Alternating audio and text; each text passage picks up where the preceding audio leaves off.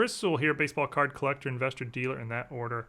Welcome everyone. High rollers time. This week we're going to check out eBay and look at the highest sales on eBay sports card wise over the last couple of weeks.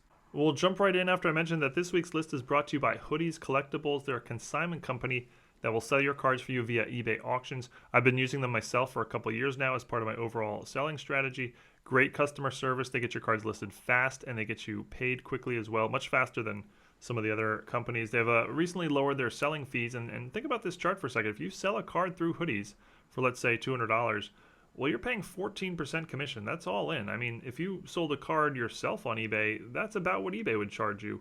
But they do all the scanning, the listing, the shipping, the dealing with customers. They do all that for you. Plus, your item is being auctioned by an account with a lot more eyeballs on it than a standard eBay account. If you're looking to sell some cards, I recommend you give them a try. I've included their info in the description below, and I thank Hoodies for sponsoring this week's High Rollers. Looking at the top 10 highest sports card sales on eBay from January 22nd through February 6th.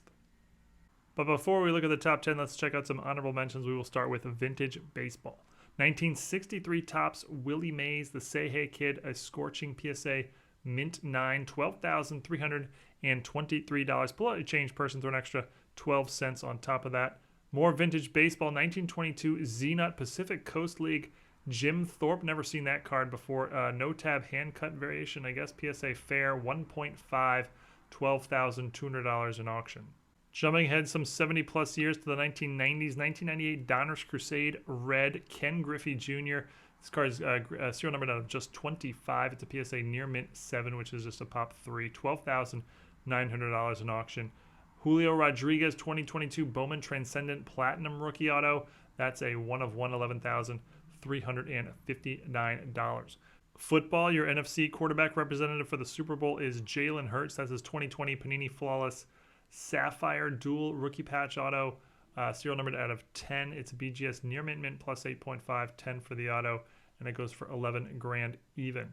Lots of big money Brock Purdy sales. Here are a couple of them. 2022 Panini Spectra Nebula Brock Purdy Rookie Auto. That's serial numbered out of 2. Ungraded, goes for 10 grand on the dot. And another auto from 2022 Panini Mosaic. This is a gold Mosaic, serial numbered out of 10. Auto rookie, $12,000. Hockey 2016 Fleer Showcase Precious Metal Gems Green from Metal Universe Connor McDavid. That's a PSA mint 9, serial numbered out of 10, which is just a pop 3. It goes for $15,297. Really nice soccer card here. Dual auto of Diego Maradona and Lionel Messi, two Argentine greats. And it's a 2022 National Treasures numbered out of 7, $10,400. And I'll finish on this one, which I have to imagine is bogus, but it's a funny one. Tom Brady exact retirement spot.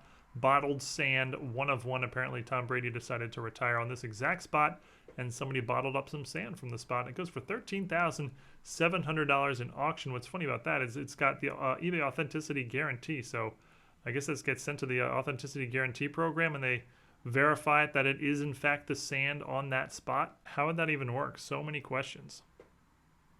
All right, now to the top 10, and kicking off at number 10 is a 2020 Panini Chronicles Donruss Optic Gold Vinyl Signature Joe Burrow Rookie, graded a PSA Gem Mint 10, and this card is a 1 of 1, as you can see there on the back. It was listed for a penny short of 100 grand, sold as best offer for $28,000.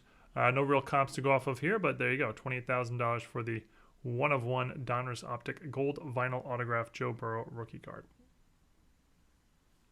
Number 9, sticking with 2020 Panini Chronicles, sticking with Joe Burrow, and sticking with gold vinyl rookie autos. We got a 2020 Panini Chronicles Prizm Black Gold Vinyl Auto Joe Burrow Rookie, also graded a PSA Gem Mint 10. This comes with a DNA 10 for the auto as well. This one's not a 1 of 1. This card's actually serial numbered out of 5, serial numbered 3 of 5. This one went for a tad higher than the Optic. That goes for $30,000 in auction. Again, no comps to go off of these two. Interesting that the 1 out of 5 goes for more than the 1 of 1, but I guess the Prizm Black would be considered a more desired set than Donruss Optic.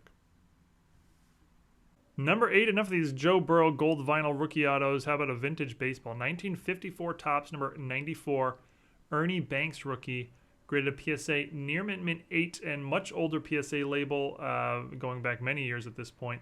And I would say 8 is pretty generous by today's standards. I don't think this card would grade an 8 today. fairly significantly off-centered left to right, and while the corners and edges look pretty good, they certainly don't look perfect.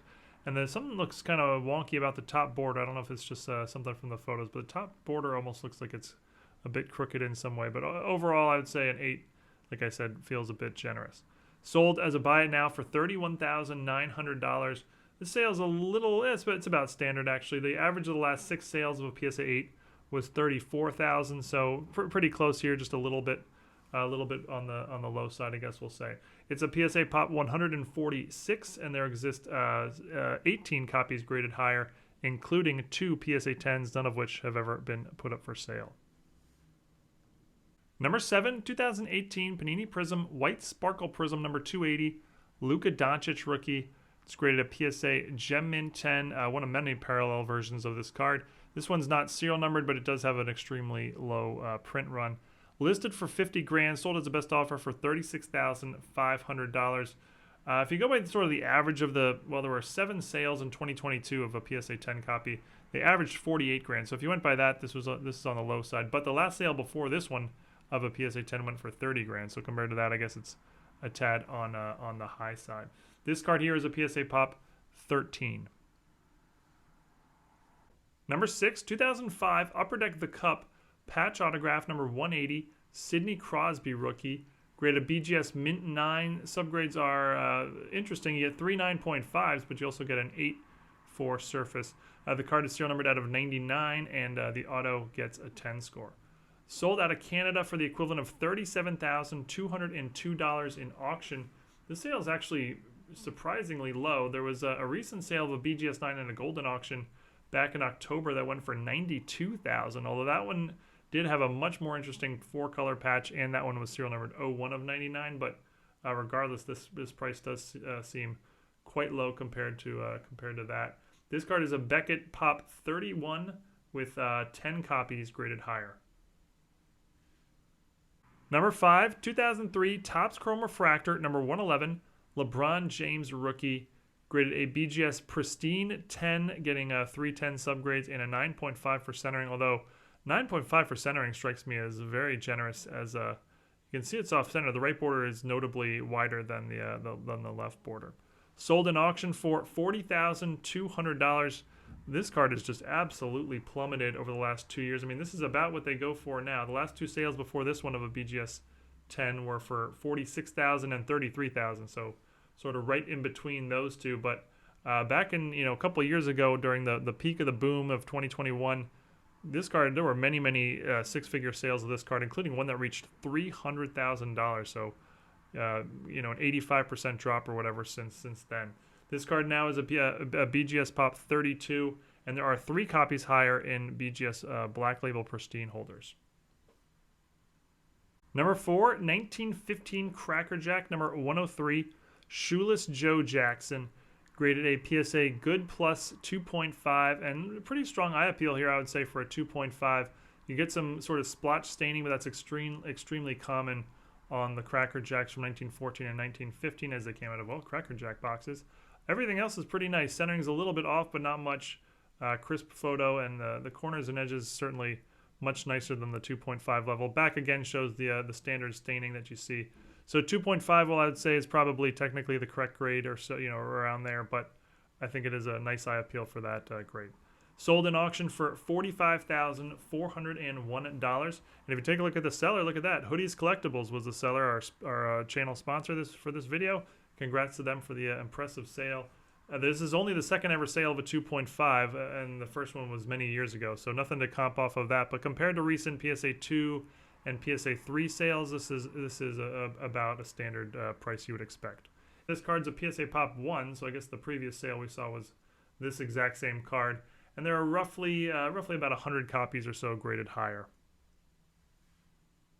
Number 3, a high rollers regular 1952 Topps number 311, Mickey Mantle, graded a PSA Poor 1, and another one with just really strong eye appeal for a 1.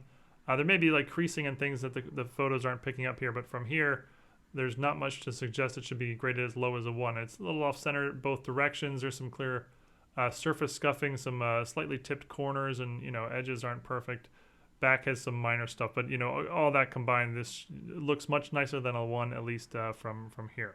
Sold as a buy it now for $47,500. This sale's pretty high for a 1. The last 5 or so-ish sales of a PSA 1 have averaged around 30,000, but the strong eye appeal is easily explains that. And this is nowhere near the record sale of a 1, as again, eye appeal is a big factor when it comes to cards of this caliber. Recently, there was a PSA 1 that went for 60 grand, for example. This card's been graded by PSA about 1,900 times, and a little over 300 of them have received a PSA 1 grade. Number 2, who's feeling lucky? 1952 Topps Baseball unopened wax pack.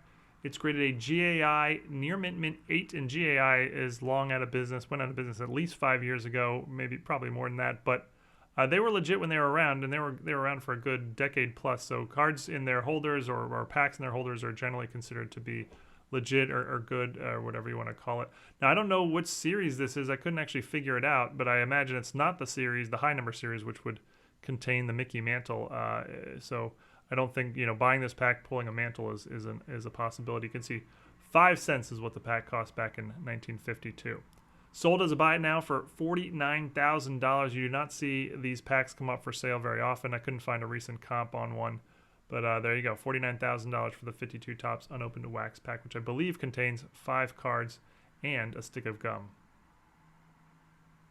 And number 1, 2017 National Treasures Rookie Signatures Black. Number 2, Patrick Mahomes rookie, graded a PSA Gem Mint 10, and the card is serial numbered out of 5, serial numbered 3 of 5.